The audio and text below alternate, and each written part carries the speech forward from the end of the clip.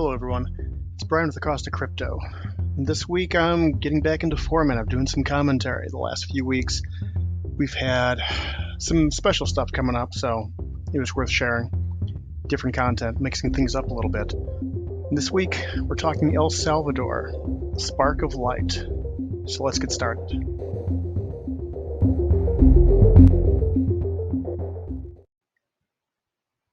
So, if you haven't seen the news in the last week, what happened last weekend on the second day of the Bitcoin conference in Miami, Jack Mallers, the creator of Zap and the Strike app, he gave a presentation, and during that presentation, the president of El Salvador, who prior to that moment was known to practically no one, all of a sudden became a global name. He announced that in cooperation with Strike, the El Salvador Congress was being presented with a bill that would formally recognize Bitcoin as a currency, and the structure would be created to use Bitcoin as a parallel currency to the US dollar, which El Salvador currently uses as its official currency. This stemmed out of work that Jack Mallers had done, and also the Bitcoin Beach, which was a small town along the coast where Bitcoin was slowly adopted and used as a currency in creating an ecosystem. I'll put a podcast in the show notes. It was a What Bitcoin Did episode with Jack Mallers, and it goes into a lot of the details as far as the background of Jack's involvement in El Salvador, what was going on with the project, how it was working, some examples of how it helps, and how the Strike app operates and remains profitable. And as I'm watching all of this news unfold, from the announcement at the conference to essentially all the ripple effects, it going through Twitter, the financial news networks, spreading around the world, and hitting up all of the different narratives out there, I was waiting to see what the reactions would be, what the message would be, and how it would be taken. Out of this, I see several things. One, the IMF and probably other nation states and people of notable influence are looking at this and thinking, what are the threats? What other countries could be lining up?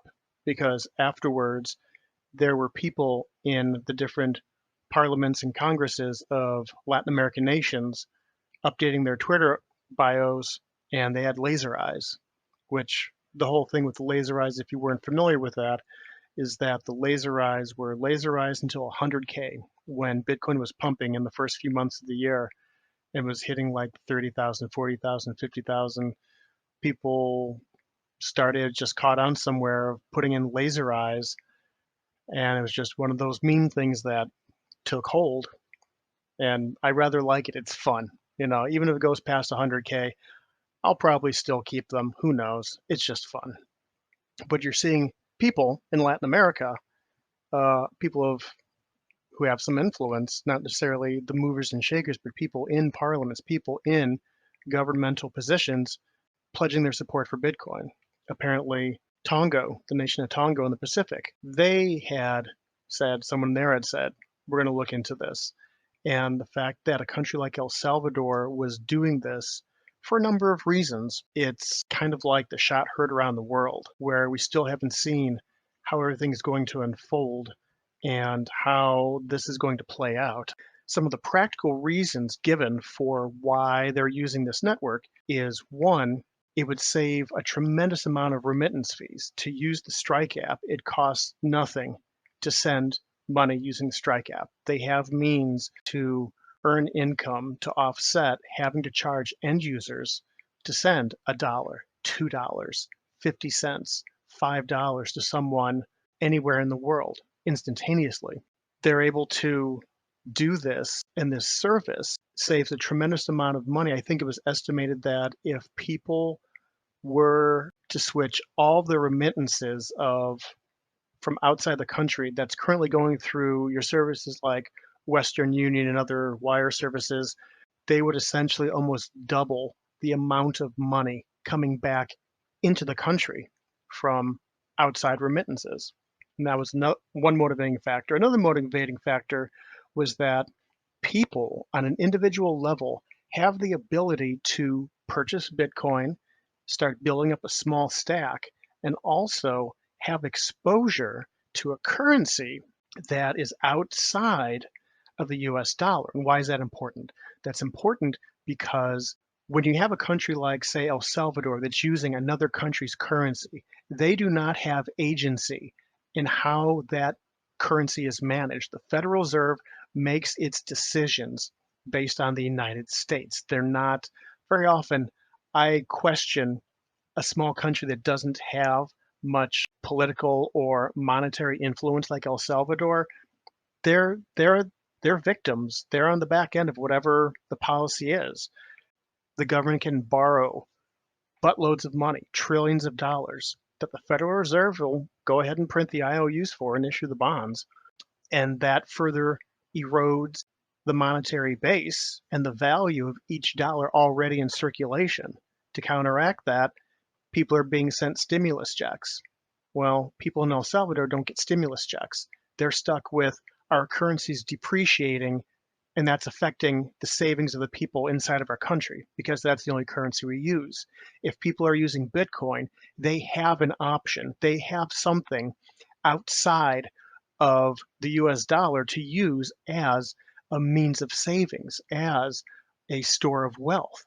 And I think it was said that about 70% of the residents of El Salvador do not have access to financial services that you and I get, usually for the most part, when we're in high school. For people in the United States, in advanced nations, getting a bank account, getting a savings account, that's almost a given. But in other nations around the world, as we're slowly in these nations starting to realize there's a very large world out there and they do not have access to the same financial tools that we do. And having something like Bitcoin, where you don't need to have a proof of ID, where you don't need to have verified source of income, where you don't need to have access to a bank, all you need is an internet connection and an app on a phone, and you can participate.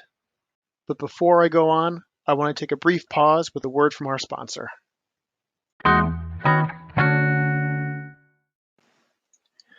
Hello, everyone. I want to tell you about my favorite podcast tool. It's Anchor FM. It's got everything you need to make a podcast: recording function, sound clips, background music, transitions. You can upload your own audio files, and you can use Anchor's built-in editing tools to make a great podcast. Anchor will distribute your podcast among multiple platforms so that the more you grow, the greater your reach becomes. You can also monetize your episodes right off the bat, no minimum audience. You can get started making your podcast right from your phone or PC. So don't wait. Download the free Anchor app or go to anchor.fm to get started. And the trend in the last 20 years of developed nations setting up phone infrastructure, telephone infrastructure, but doing it with cellular connections and smartphones. That enables a lot of people to all of a sudden, if they have those few things, they now have a means of access to a banking network. They can now create their own savings account. They can now create that store of wealth. They can now start to build that. And the machinations of central banking policy does not directly affect that. They have control of it. They control the private keys. They control in their financial future. And all of this is why it is so huge that a nation came out and said, we're doing this. Now, how this is going to go down, because apparently there was a meeting this past week as well over some financing with the IMF, the International Monetary Fund, and how that will go down and what sort of leverage they're going to apply, if they can even apply it, their destiny, their financial destiny. They have agency, will be interesting to find out. Because apparently in the talks, there were some scuttlebutt brought up about, we don't know how with a dual monetary system, let alone one that's a decentralized cryptocurrency, how that would work as far as working with existing rules and regulations for the current monetary system, for the dollar system, the euro system, all these systems. This will be interesting. And then real quickly, before I forget, the way that this monetary network works, the general details are that in 90 days, vendors will be required to be set up to accept payments either by US dollar or Bitcoin. If a vendor does not want to hold the Bitcoin that they receive for a payment, they can take that Bitcoin that they received at the time of purchase and be able to redeem it into a fund that the central government will have that will exchange that Bitcoin for US dollars at the price that Bitcoin was at the time of transaction. So that's also going to alleviate any issues with fluctuation in the value of Bitcoin relative to the US dollar. So in all these instances, all these things going on, the question about how this will unfold, it's a huge deal because we're seeing a step in adoption where people are starting, check that, people are continuing to assert their inner divine sovereignty and speaking their voice. And in this case, the voice said, we want to use this network. We want to use this decentralized network that is sound money that cannot be manipulated by a stroke of a pen or a keyboard.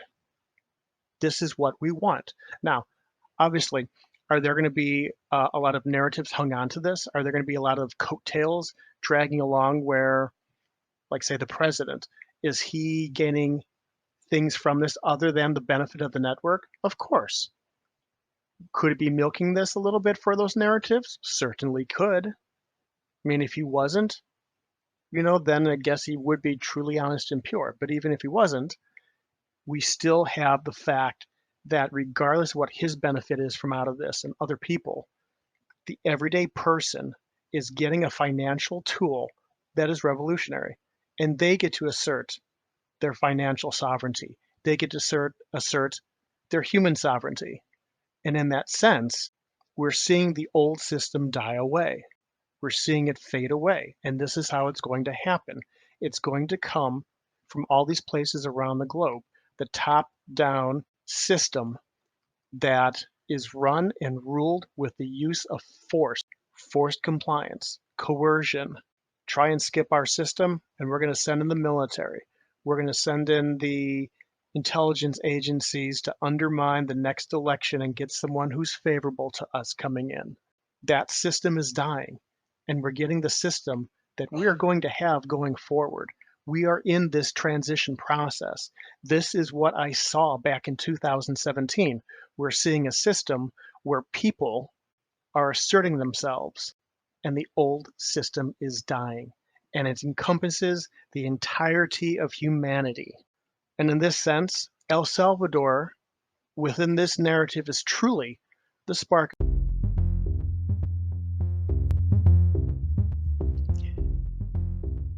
So what did you think about that? El Salvador, the spark of light. I mean, this truly is big news on an adoption front, on an implementation front, and also outside of Bitcoin.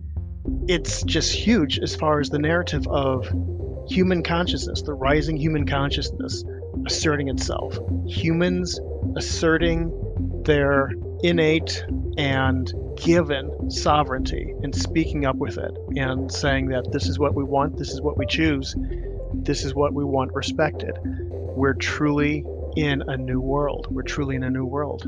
So, hope you enjoyed that. I'll have links. You can educate yourself, follow the news. And as always, you can follow along at tinycryptoblog.com. I post all the good stuff there. I also have a weekly news summary I publish on Sundays. It's got tweets, got headlines, got any relevant videos, articles, and any of these podcasts. If you're interested, I got a poll on this week's one asking, do you want this in a newsletter? Because if it's a newsletter you want, a newsletter you'll probably get. You can also follow along Cost of Crypto at Anchor FM and all the numerous podcast platforms. You can follow along on Facebook, Twitter, Minds, and the multiple video platforms that I cross-publish on. So with that, be well, everyone. Talk to you soon.